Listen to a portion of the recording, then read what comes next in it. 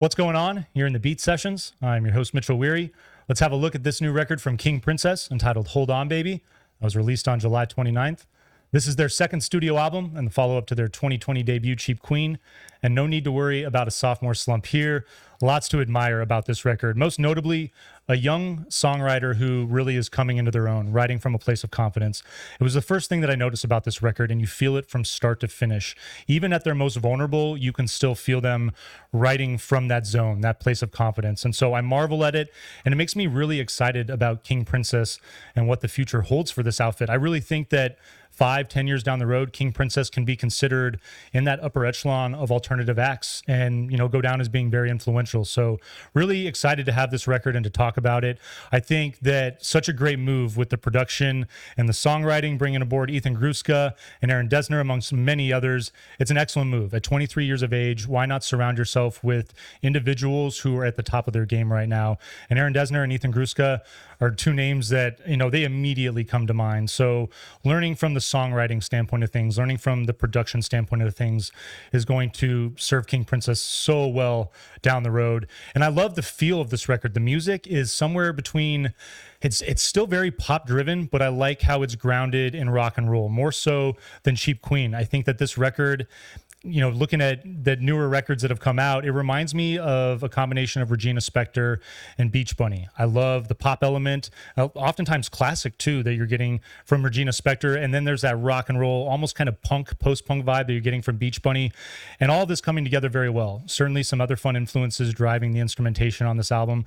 But lyrically, I love what King Princess is doing. Definitely, for 23 years of age, I marvel at the maturity in the writing.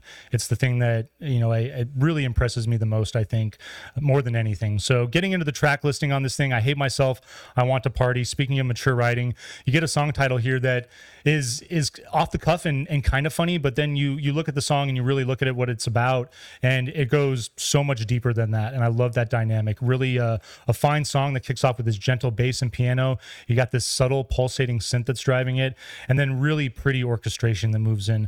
And I love the coda. Just explodes, becomes pretty big, and there's a couple songs on this record that are going to do that. Cursed is your second track. Light, breezy instrumentation on this track.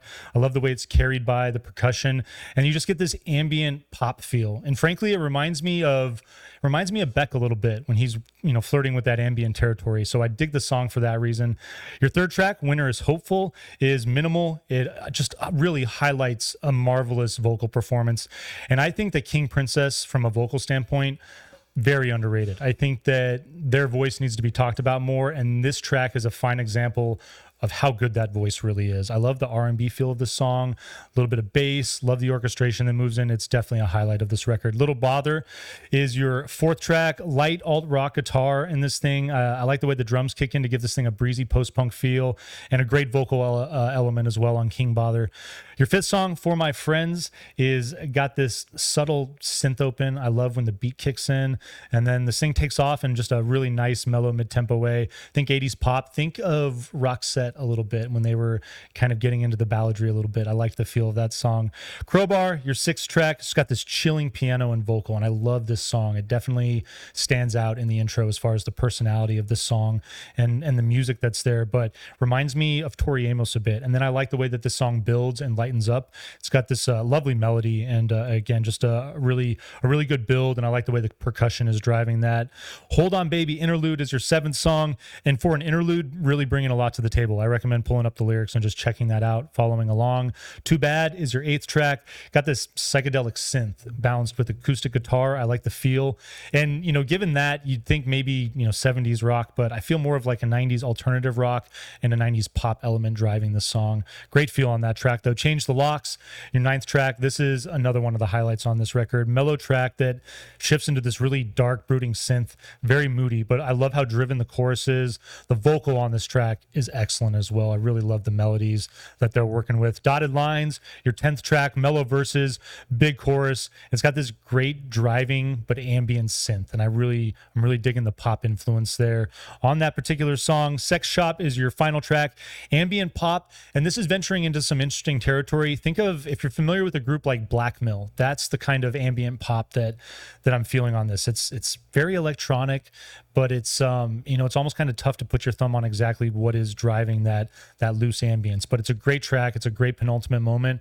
And then Let Us Die, your final song, bright closer. I really love the way the hook drops on this song. I love the pop influence. And this is actually one of the last recorded performances that features Taylor Hawkins. It's really it's a heavy moment. It's a great way to close this record. It's I think you're probably going to hit repeat on it a couple of times to let that sink in, but I think it's so sad what happened to him, but it's cool that we have this song, that we have this moment, that there's just that little bit of new material that's out there that we can still get from him. It's a fine way to close this record out, and we're going to please this thing for sure. Excuse me. I hope that you enjoyed this record. I hope you find this review helpful. Please like this video, share it, subscribe to the channel, do all the things to help me blow this project up in 2022, and stay tuned throughout the week for more album reviews.